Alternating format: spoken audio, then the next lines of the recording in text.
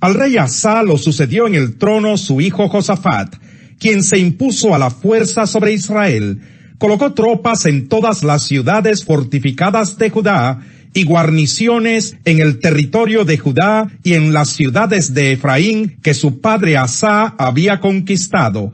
El Señor estuvo con Josafat porque siguió el ejemplo inicial de su padre, pues no buscó a los Baales, sino al Dios de su padre. Obedeció los mandamientos de Dios y no siguió las prácticas de los israelitas. Por eso el Señor afirmó el reino en sus manos.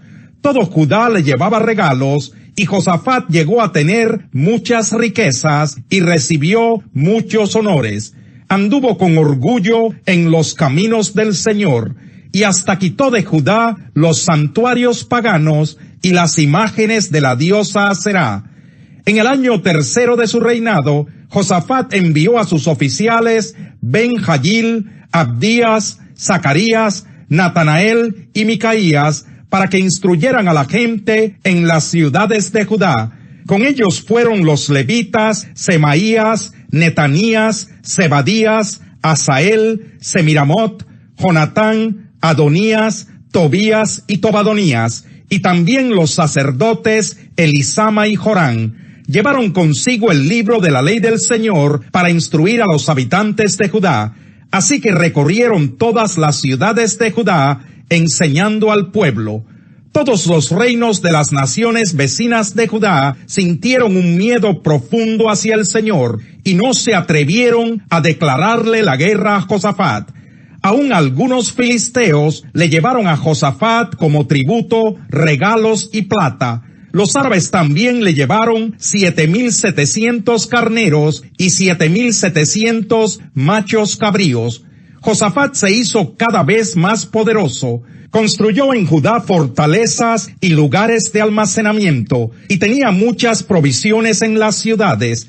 En Jerusalén contaba con un regimiento de soldados muy valientes, cuyo registro, según sus familias patriarcales, es el siguiente: jefes de 1,000 soldados en Judá, Adnás el comandante, al frente de 300,000 soldados. Le seguía Johanán, al frente de 280,000 soldados. Le seguía Amasías, hijo de Sicrí, que se ofreció voluntariamente para servir al Señor, y estaba al frente de 200,000 soldados. De Benjamín, Eliadá, guerrero valiente, al frente de 200,000 soldados que portaban arcos y escudos. Le seguía Josabad, al frente de 180,000 soldados adiestrados para la guerra. Todos ellos estaban al servicio del rey, sin contar los que éste había destinado para las ciudades fortificadas de todo Judá. Capítulo 18. Josafat se hizo muy rico y famoso, y como había emparentado con Acab, después de algún tiempo fue a visitarlo en Samaria. Allí Acab mató muchas ovejas y vacas para Josafat y sus acompañantes, y lo animó a marchar contra Ramot de Galaad. Acab, rey de Israel, le preguntó a Josafat, rey de Judá: ¿irías conmigo a pelear contra Ramot de Galaad?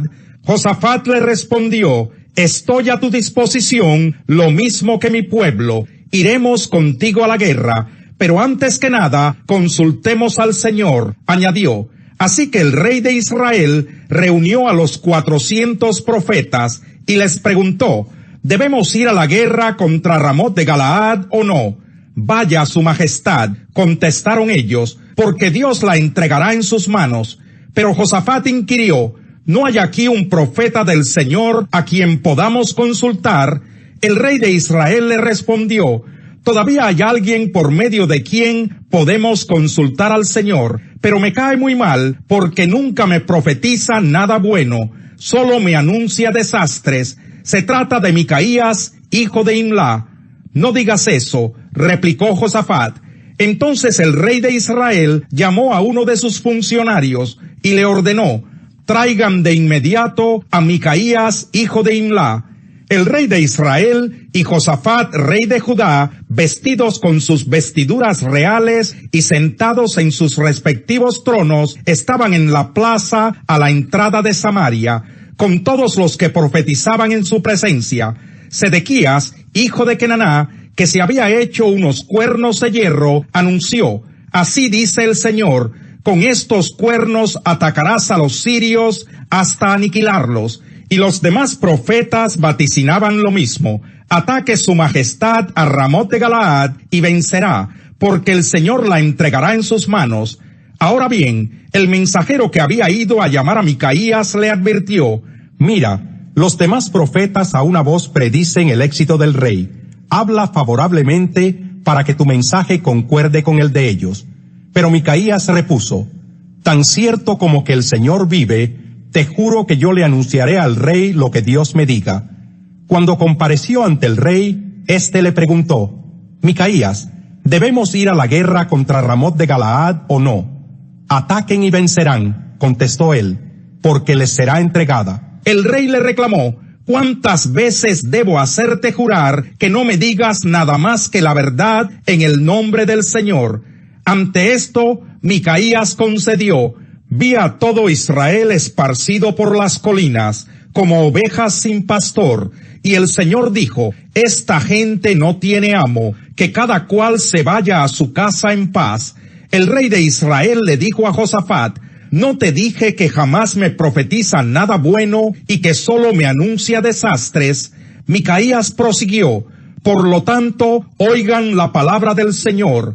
Vi al Señor sentado en su trono, con todo el ejército del cielo alrededor de él, a su derecha y a su izquierda, y el Señor dijo: ¿quién seducirá a Acab, rey de Israel, para que ataque a Ramot de Galaad y vaya a morir allí?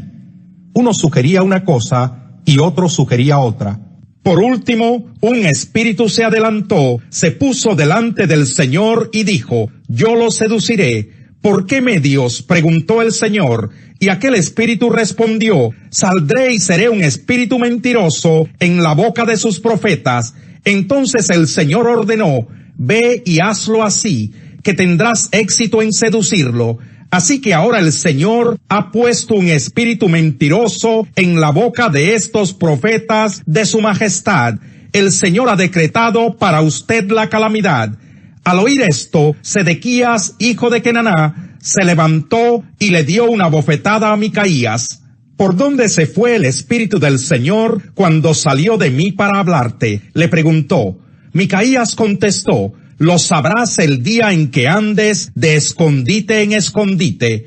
Entonces el rey de Israel ordenó: tomen a Micaías y llévenselo a Amón, el gobernador de la ciudad, y a Joás mi hijo. Díganles que les ordeno echar en la cárcel a ese tipo y no darle más que pan y agua hasta que yo regrese sin contratiempos. Micaías manifestó: si regresas sin contratiempos, el Señor no ha hablado por medio de mí.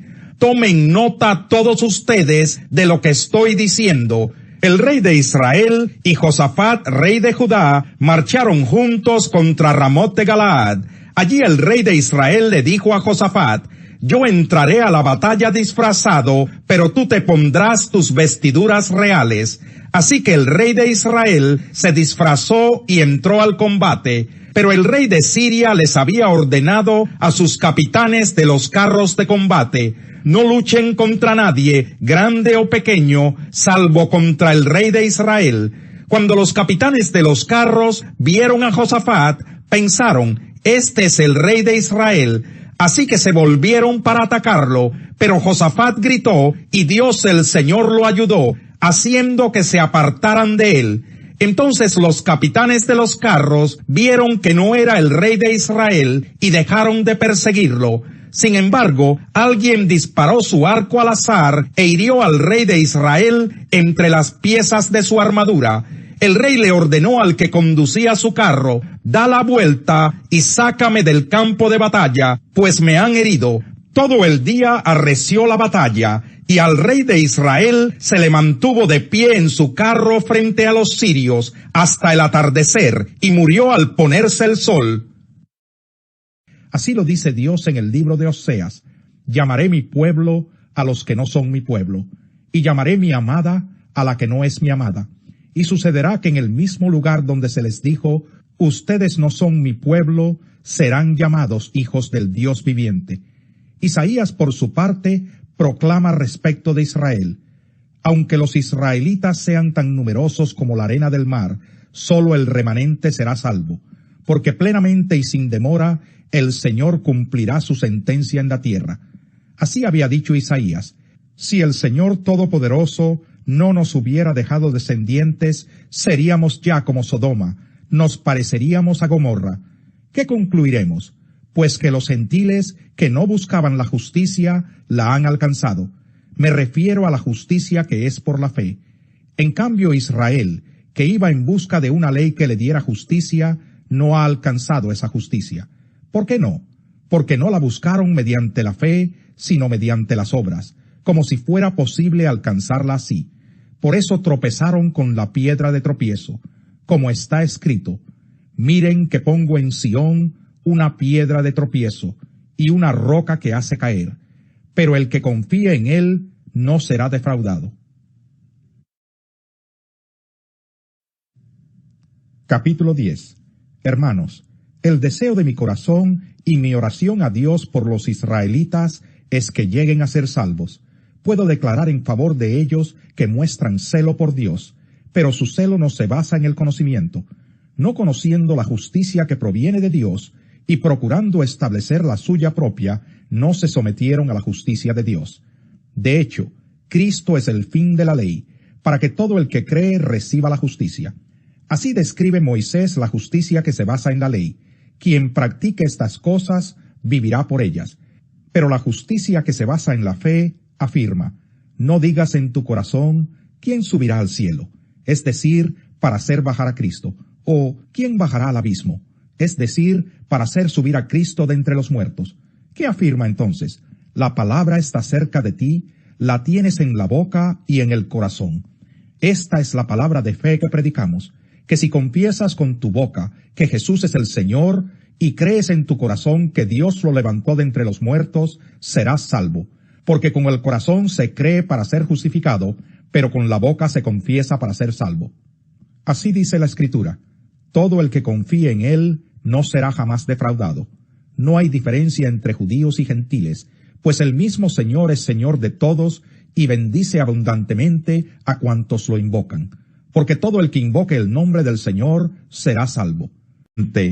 Que el Señor te responda cuando estés angustiado, que el nombre del Dios de Jacob te proteja, que te envíe ayuda desde el santuario, que desde Sión te dé su apoyo, que se acuerde de todas tus ofrendas, que acepte tus holocaustos, que te conceda lo que tu corazón desea, que haga que se cumplan todos tus planes. Nosotros celebraremos tu victoria, y en el nombre de nuestro Dios desplegaremos las banderas. Que el Señor cumpla todas tus peticiones. Ahora sé que el Señor salvará a su ungido, que le responderá desde su santo cielo, y con su poder le dará grandes victorias. Estos confían en sus carros de guerra, aquellos confían en sus corceles, pero nosotros confiamos en el nombre del Señor nuestro Dios.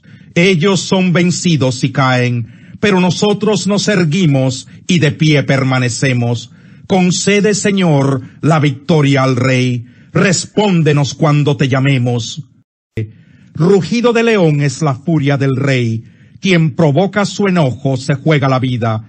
Honroso es al hombre evitar la contienda, pero no hay necio que no inicie un pleito.